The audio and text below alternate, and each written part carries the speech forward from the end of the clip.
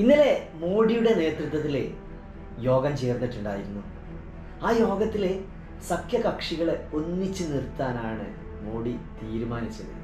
പക്ഷേ കാര്യങ്ങളെല്ലാം പ്രതീക്ഷിക്കുന്നതിന് അപ്പുറത്തായിരുന്നു. വമ്പൻ ഓഫറുകളായിരുന്നു മോഡിക്ക് മുന്നിൽ ചന്ദ്രബാബു നായിഡുവും അതേപോലെ നിതീഷ് കുമാറൊക്കെ വെച്ചിട്ടുണ്ടായിരുന്നത്. അത് മോഡിയെ ഒരുപാട് പ്രയാസപ്പെടുത്തി എന്ന് മാത്രമല്ല, മോഡി എന്ത് ചെയ്യണമെന്ന് അറിയാതെ ഉരുണ്ട് കളിച്ചുകൊണ്ടിരിക്കുകയാണ്. TDP വെച്ച ഓഫറുകൾ മോദിയെ സംബന്ധിച്ചിടത്തോളം ഒരിക്കലും താങ്ങാൻ കഴിയാത്ത ഓഫറുകളായിരുന്നു മോദിയോട് ചോദിച്ചത്. ചന്ദ്രബാബു നായിഡു പറയുന്നത് ആഭ്യന്തരം വേണമെന്നും നിതീഷ് കുമാർ പറയുന്നത് പ്രധാനമന്ത്രി ആവണമെന്നും ഒക്കെയാണ്. ഇത് മോദിയെ സംബന്ധിച്ചിടത്തോളം വലിയ ഉലച്ചിലുണ്ടാക്കിയിട്ടുണ്ട്. യഥാർത്ഥത്തിൽ BJPക്ക് 290-ലധികം സീറ്റ് ഉണ്ടെങ്കിലും കേവല ഭൂരിപക്ഷം എന്നുള്ള ലെവലിലേക്ക് വരുന്ന സമയത്ത് BJPക്ക് വെറും 240 സീറ്റ് മാത്രമാണ് ഉള്ളത്.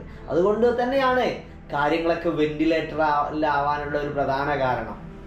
നിതീഷ് കുമാറിനെ സംബന്ധിച്ചിടത്തോളം ഇന്ത്യ സഖ്യത്തിന്റെ ആംഗിളിൽ നിന്ന് നോക്കുന്ന സമയത്ത് ഇന്ത്യ സഖ്യം തയ്യാറാണ് നിതീഷ് കുമാറിനെ പ്രധാനമന്ത്രിയാക്കുന്നതിനും ഇത്തരം ഒരു അഡ്ജസ്റ്റ്മെന്റിനൊക്കെ ഇന്ത്യ സഖ്യം തയ്യാറാണ്. പക്ഷേ മനസ്സുകൊണ്ട് എന്തോ നിതീഷ് കുമാറൊന്നും അതിന് തയ്യാറായിട്ടില്ല.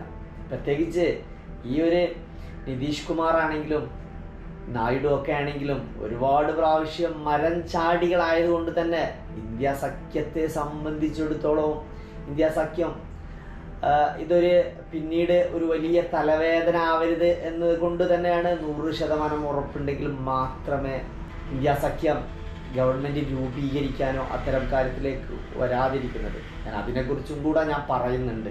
നിതീഷ് കുമാറിനെ കുറിച്ച് പറയുകയാണെങ്കിൽ കുതിരക്കച്ചവടത്തിന് പേര് കേട്ട മനുഷ്യനാണ്. ഏത് സാഹചര്യത്തിലും എവിടേക്കും ചാടും, എന്തും സംഭവിക്കും എന്നുള്ള നിലയിലാണ്. പല സമയങ്ങളിലും NDAയുടെ ഒരു സഖ്യ ഘടക കക്ഷി ആയതുകൊണ്ട് തന്നെ മുൻകാലങ്ങളിൽ വലിയ വെല്ലുവിളിക്കുന്ന നിലപാട് മോദിക്ക് ഇത്രമാത്രം തലവേദന ഉണ്ടാക്കിയിട്ടുള്ള മറ്റൊരു കക്ഷി വേറെ ഉണ്ടോ എന്ന് തന്നെ സംശയമാണ്. അതേസമയം ചന്ദ്രബാബു നായിഡു ചോദിച്ചിട്ടുണ്ടായിരുന്ന മറ്റൊരു ഓഫർ 3 ക്യാബിനറ്റ് മന്ത്രിമാരെ ആയിട്ട് എനിക്ക് വേണം. ആ ഒരു ഓഫർ കൂടെ ആയിരുന്നു മോദിയുടെ മുന്നിൽ വെച്ചിട്ടുണ്ടായിരുന്നത്. ഈ പറയുന്ന ഓഫറുകളൊക്കെ വെക്കാതെ മോദി 8-ാം തീയതി മന്ത്രിസഭ രൂപീകരിച്ച് സത്യപ്രതിജ്ഞ ചെയ്തു കഴിഞ്ഞാൽ ഒരു വലിയ പ്രതിസന്ധിയും വലിയ ചാലഞ്ചൊക്കെ ഏറ്റെടുത്തുകൊണ്ടായിരിക്കും ആ മന്ത്രിസഭ മുന്നോട്ട് പോവുക.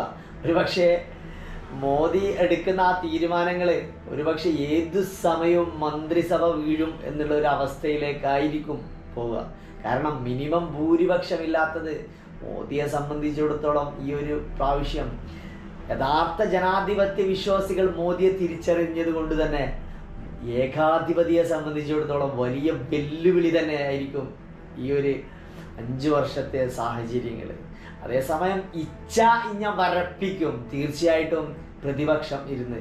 മുന്നത്തെ പോലെ നോക്കുകുത്തിയാക്കിയിട്ട് പാർലമെന്റിനെ നോക്കുകുത്തിയാക്കിയിരുത്തിയിട്ട് എന്തെങ്കിലും ചെയ്യാൻ കഴിയുമോ എന്നുള്ള ആ ഒരു മോഹം മോദിയെ സംബന്ധിച്ചിടത്തോളം അത് അങ്ങ് വാങ്ങി വീട്ടിൽ വെച്ചാൽ മതി എന്ന് പണ്ടൊരു ചൊല്ലുണ്ട്. ആ ഒരു സാഹചര്യത്തിലേക്കായിരിക്കും കൊണ്ടുപോവുക.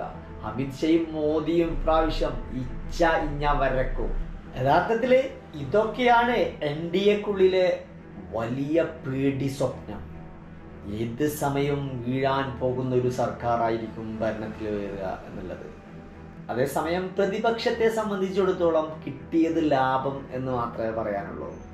ഇത്രയും വലിയ ഒരു ജനങ്ങളുടെ പ്രതികാരത്തിൻ്റെ അല്ലെങ്കിൽ ജനങ്ങളോടുള്ള മോഡിയുടെ ധാർഷ്ട്യത്തിൻ്റെ ഉത്തരമായിരുന്നു ജനങ്ങൾ മോഡിക്ക് മുന്നിൽ വെച്ചത്.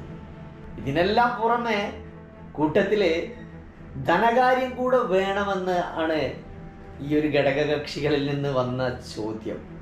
ഈ ഒരു സാഹചര്യത്തിൽ നിർമ്മല സീതാരാമൻ ചക്കരക്കുടത്തിൽ കൈയിട്ട ആ ചക്കരക്കുടം തിരിച്ചു നൽകുമോ എന്നുള്ള കാര്യത്തിൽ വലിയ ചോദ്യചിഹ്നം തന്നെയാണ്.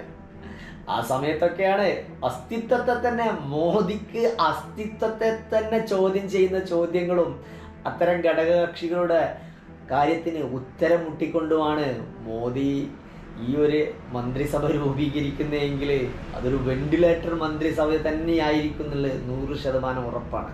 കാരണം നമ്മൾ ഇത്രയും കാലം ഓരോ ജനാധിപത്യ വിശ്വാസികളെയും ഇച്ചായിഞ്ഞ വരച്ച മോദി ഇനി വരുന്ന 5 വർഷക്കാലം ഇച്ചായിഞ്ഞ വരപ്പിക്കുക തന്നെ ചെയ്യും. കൂടെ പ്രതിപക്ഷത്തിൻ്റെ അതിശക്തമായ നിലപാടും കൂടെ ഉണ്ടെങ്കിൽ ഇനി ഒന്നും പറയാനില്ല.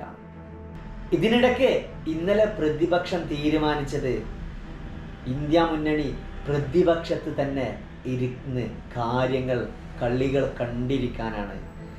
കണ്ടിരിക്കാനും കളികൾ പഠിപ്പിക്കാനും തന്നെയാണ് പ്രതിപക്ഷം തീരുമാനിച്ചിരിക്കുന്നത് എന്ന് ഇന്നലെ ഒരു യോഗത്തിൽ തീരുമാനിച്ചിട്ടുണ്ട്. തൽക്കാലം പ്രതിപക്ഷം സർക്കാർ രൂപീകരിക്കുന്നതിലേക്ക് പോകുന്നില്ല എന്ന് തന്നെയാണ് തീരുമാനം. BJPയെ സംബന്ധിച്ചിടത്തോളം കേവലം ഭൂരിപക്ഷമില്ലാത്ത സ്ഥിതിക്ക് കാര്യങ്ങൾ ഇനിയും മാറി മറിയും എന്ന് തന്നെയാണ് ശക്തമായി നിന്നുകൊണ്ട് പ്രതിപക്ഷവും ഇന്ത്യ മുന്നണിയും ചിന്തിച്ചുകൊണ്ടിരിക്കുന്നത്. ചിന്തകൾ മാത്രമല്ല, ഇനി കളികൾ കളിപ്പിച്ചുകൊണ്ടേയിരിക്കും പ്രതിപക്ഷം ജനാധിപത്യ വിശ്വാസികളെയും. ഇനിയുള്ള കാലം മോഡിയെ കളിപ്പിക്കും, ഇച്ചായി വരപ്പിക്കുക തന്നെ ചെയ്യും. ഓക്കെ, പുതിയ മറ്റൊരു വീഡിയോസുമായി വീണ്ടും കാണാം.